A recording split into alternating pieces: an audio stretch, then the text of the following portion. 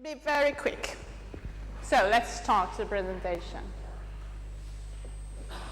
So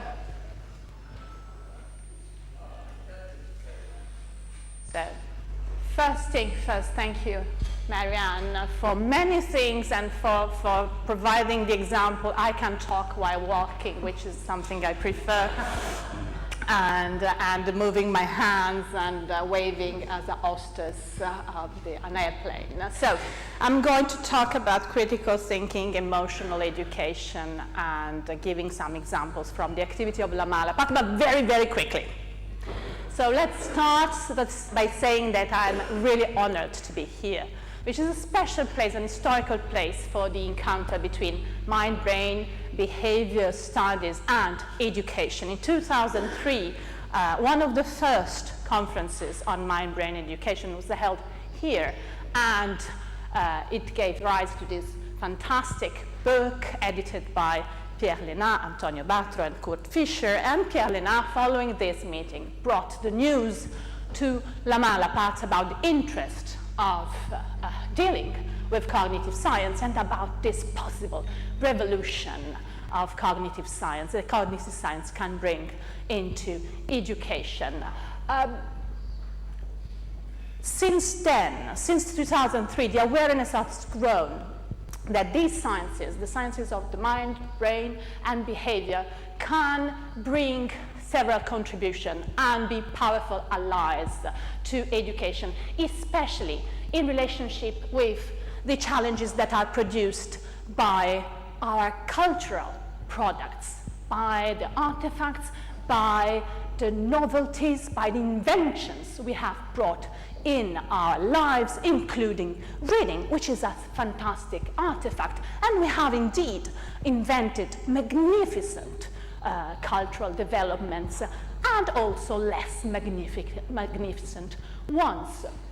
So since 2003, these sciences have also hugely developed and changed, and they have changed somehow the image that we have about learning, about what comes naturally to the human mind, what we learn by exposition, because we are in some way prepared to learn it, prepared to learn how to walk, how to talk, how to make friends, but also about the things we are not prepared to learn so easily, the things that come with difficulty to the human mind, because they are new inventions, such as reading, or because of our biases, the biases of our reasoning system, because we are not prepared to learn such things, or because of the limits of our reason.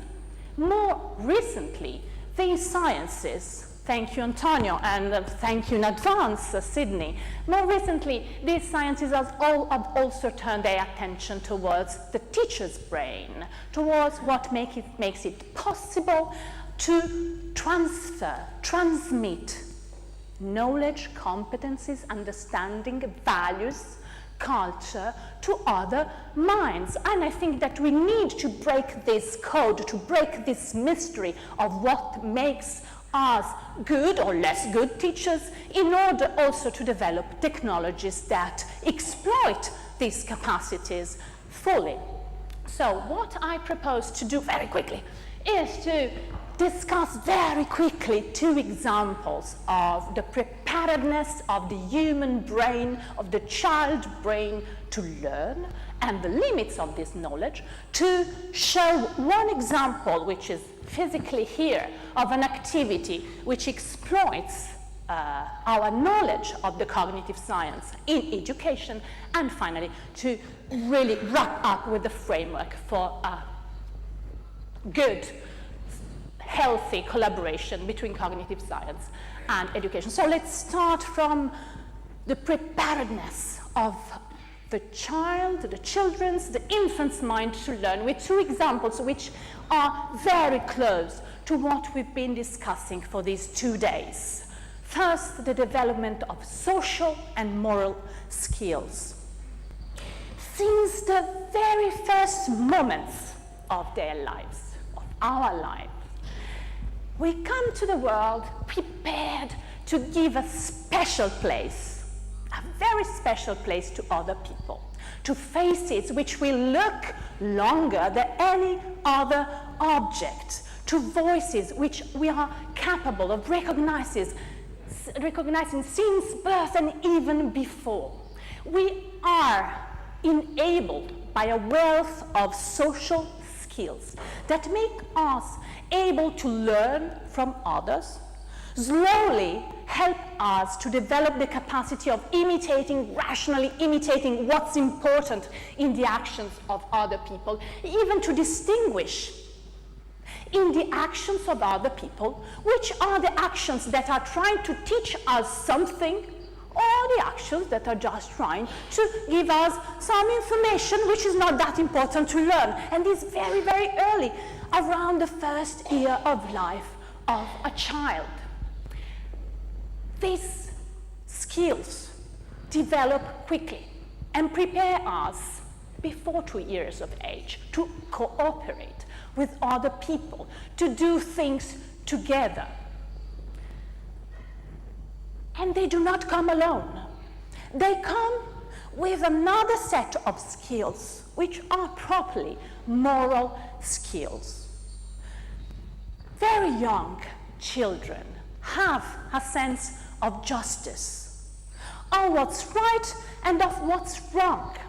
They tend to prefer a moral sense, a moral feeling. They tend to prefer other people or puppets, because for experimental reasons you can't always use people, other puppets who help rather than puppets who hinder the actions of others.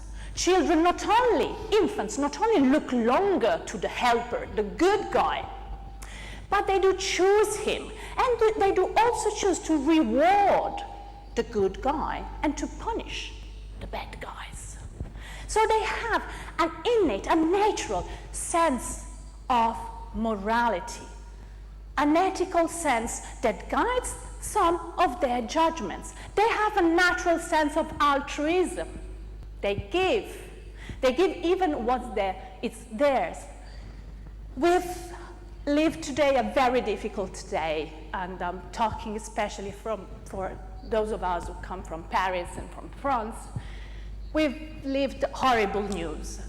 In the middle of the horrible news that we've heard this morning, 5 hours, 1,000 people have waited in the 15th arrondissement of Paris for donating their blood to people they don't know, to people they have never heard of, to people who will never be able to say thank you, just for donating. And when a woman has been interviewed by a journalist, journalists are always surprised about good news, and why are you donating your blood? And she answered, I don't know. I just felt it was the right thing to do. A moral sense that we cannot necessarily justify. Feelings, moral feelings, which are not always and necessarily, unfortunately, good feelings, especially some feelings of punishment, but feelings that are there and on which we can build. One of the biggest limits of these feelings is that these feelings are normally limited to what we call the in-group. I'm ready to give, I'm ready to help, I'm ready to cooperate with those whom I consider to be into my group of white people, my group of university students, my group of developed countries. One of the main challenges for education is to build upon the natural moral sense of children and to expand the moral circle, which is a term developed by philosopher Peter Singer. Develop and expand the moral circle. How? Literature. We know that being in physical contact with people from other groups helps expanding the moral circle. They become part of your group. They're no more the out group because you have lived experiences with them. But this is not always possible. Multicultural schools help. a lot.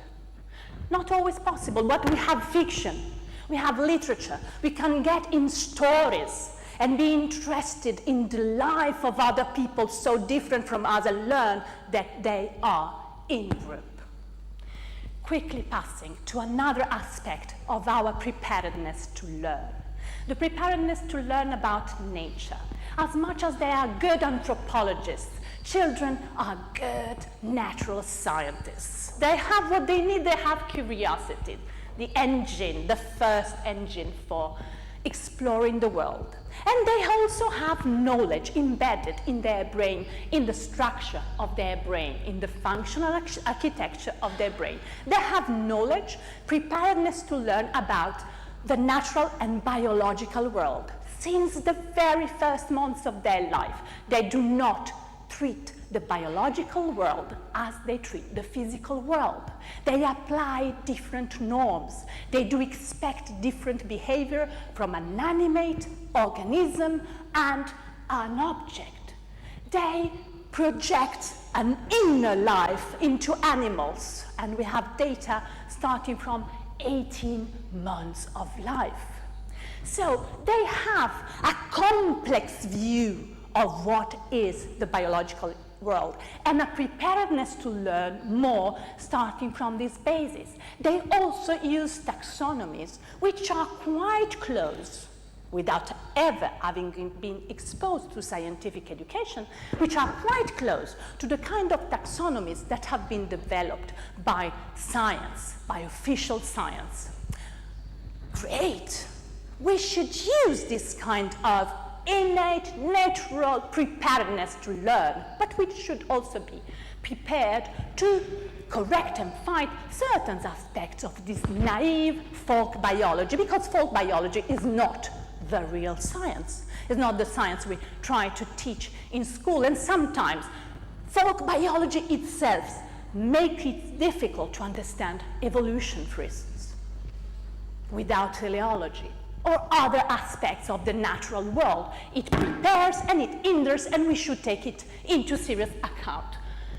But it also prepares, and I repeat it because one worrying news about folk biology, and colleague Scott Atran has worked with Latin American children in addition to North American children. One worrying news is that our knowledge about folk biology, our sense of nature seems to be degrading.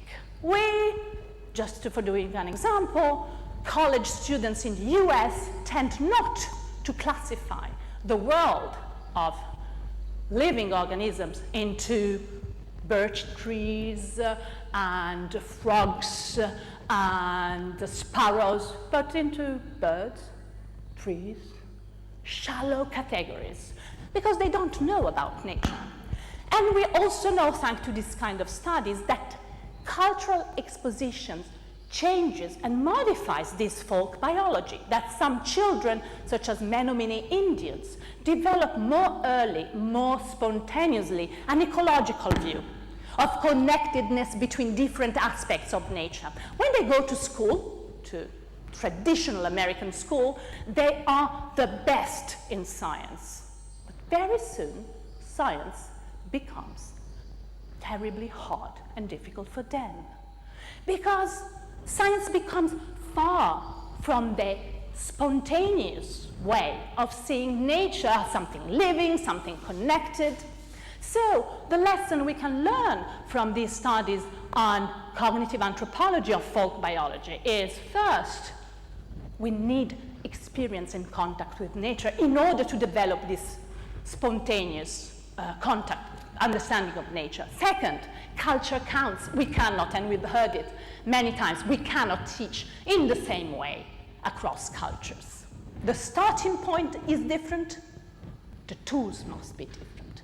So how cognitive science can help to respond to the challenges we've been discussing and will be discussing again tomorrow, but building on infants and children natural predispositions to learn, by correcting them when they are at odds with science, by building on the moral and social skills that naturally develop, and by expanding them in the directions we want to expand, by linking the competencies to which the child has no preparation for, such as reading, to other competencies such as talking or thinking. So, in the minutes that remain, the experience we've had with La Malapat. We've built... Elena, remember time. Yes, how much? 3. 5, 0. 1.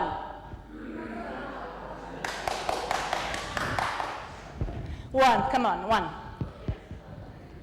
Just to show you this example, which doesn't deal with biology or morality, but just in part, but with critical thinking. Our question has been how to help children develop a better thinking about how they use screens. And rather than giving them some lists of instructions of how to deal with screens, how to deal with their attentional limits and problems, we have guided them, the teachers guide them, through the understanding of several competencies and skills, cognitive functions that they naturally have, and that make them naturally curious. They, as in other activities of La Malapat, they explore, they inquire, they discuss, they come to conclusions, they develop an understanding, for instance, about emotions and how to recognize them and how to transmit and communicate them through screens. And then they do build their own chart about, and recommendations about how to use screens in a wise way, by paying attention to attention, by paying attention to time, by paying attention to emotions and to other people. And then they become teachers.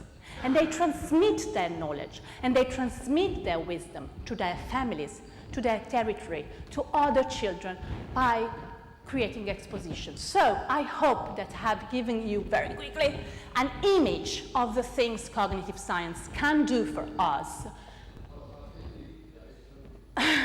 and of the kind of interactions and framework that we can build with laboratories and with educators.